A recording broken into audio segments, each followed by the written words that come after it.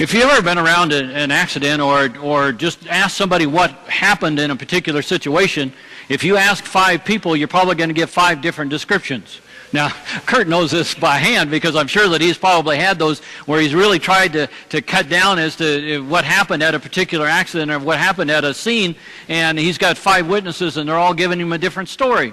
Well, that's because each one of us looks at those things from a different angle, from a different perspective. If it was a car accident, if somebody's really interested in the car, they could probably tell you exactly what the model of that car was, what the color was, and everything else. But if you ask them what color the shirt was of the person that was driving it, they probably couldn't tell you at all. But if somebody's interested in the person that's inside to make sure that they were okay, they won't care what color the car is. They'll tell you exactly what that person looks like. You see, sometimes it's our attention. It's what we see and perceive. And sometimes we go through life without even looking at what's around us. We forget about what we can actually see with our eyes. We take it for granted many times that we can see all the great goodness of God's kingdom with our eyes until we run across somebody that can't see or sees very dimly. And they tell us a completely different story because they can't see it with their eyes, but they can see it with their heart. So they begin to understand more about what is going on around them many times than what we do that have full sight. Now they tell me that if you lose one of your senses, that the other ones kind of kick in to kind of make up the difference. So if you do have poor eyesight or failing eyesight or you've lost your eyesight, then your hearing improves, your sense of knowing what's going on around you, it heightens itself so that it makes up for the difference.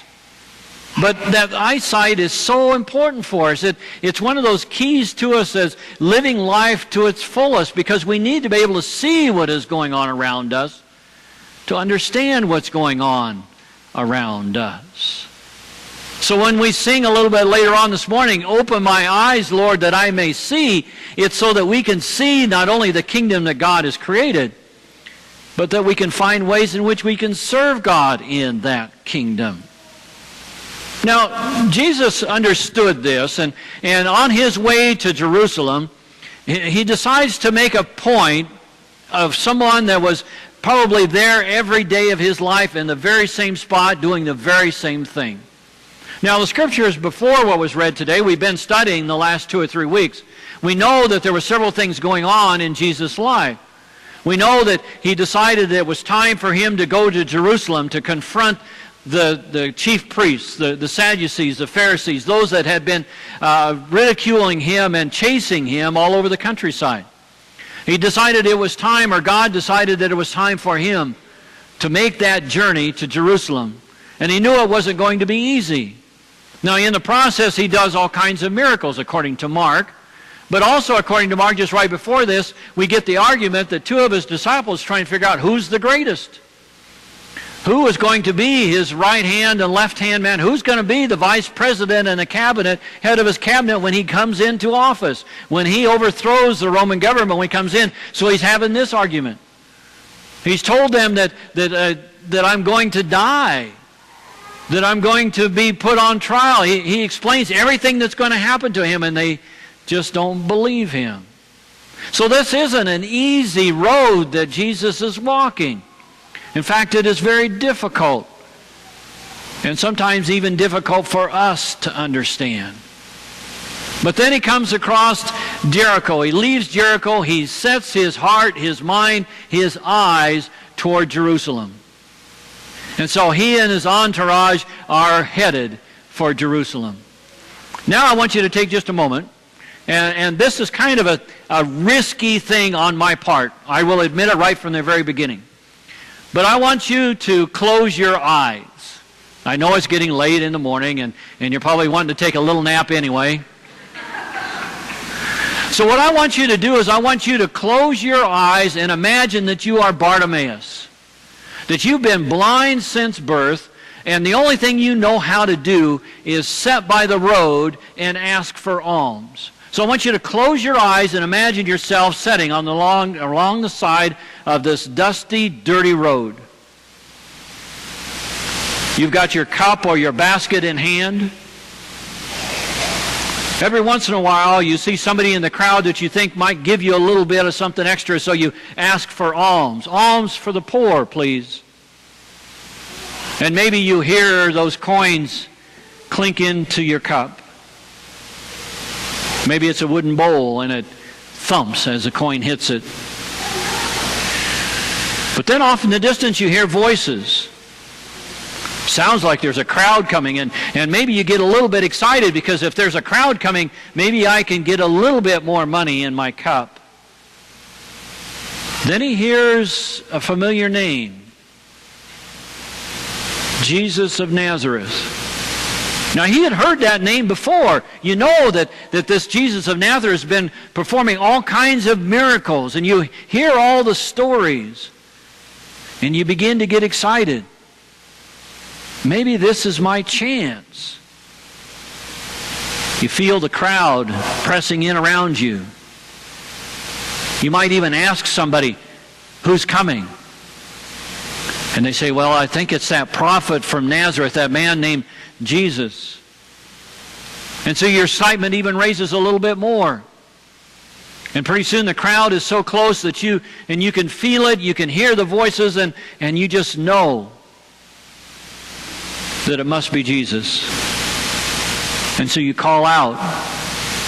You think you understand what is going on. You think you know where he's at. You think you know what might be happening. Jesus, Son of David, have mercy on me.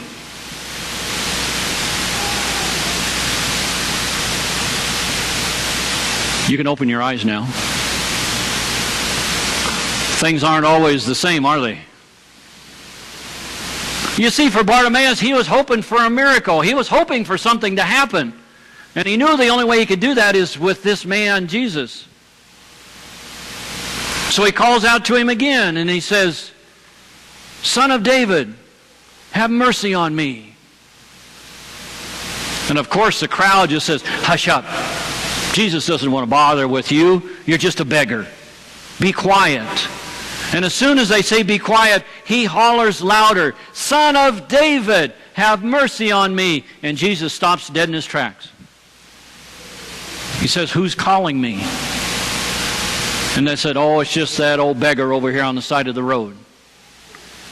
And Jesus says, call him to me. So they go over to him and they say, hey, Bartimaeus, it's your lucky day. Go see Jesus. Jesus wants you to come see him. What does the scriptures tell us? She just read it. He throws off his cloak and he runs to Jesus. Now, wait a minute. Didn't we know that Bartimaeus was blind? How does he get up and run to Jesus when he can't see Jesus? I think Bartimaeus ran to Jesus with his heart. Or maybe somebody took him by the arm and said, you need to go this way. Somebody that had that tender heart said, if you want to see Jesus, let me lead the way for you and take you there. So Jesus and Bartimaeus come face to face. And Jesus asks, what do you want me to do for you? Now, I don't know about you, but I would think there'd be a lot more things in my life that I might want to be taken care of if I'm standing in front of this miracle worker. I mean, there's all kinds of things that come to mind. If somebody said, if you could ask Jesus, you could ask God for anything, what would you ask for? Oh, I don't know, maybe bigger house, bigger bank account, bigger car. No, all kinds of things come to mind. Those creature comforts that we think we need. But that isn't what Bartimaeus wants. And there's really two things in this request that Bartimaeus says to Jesus. He doesn't say, restore my eyesight. He says, let me see. Let me see. Standing right there in front of the one that he knows will be able to change the world, or he understands it.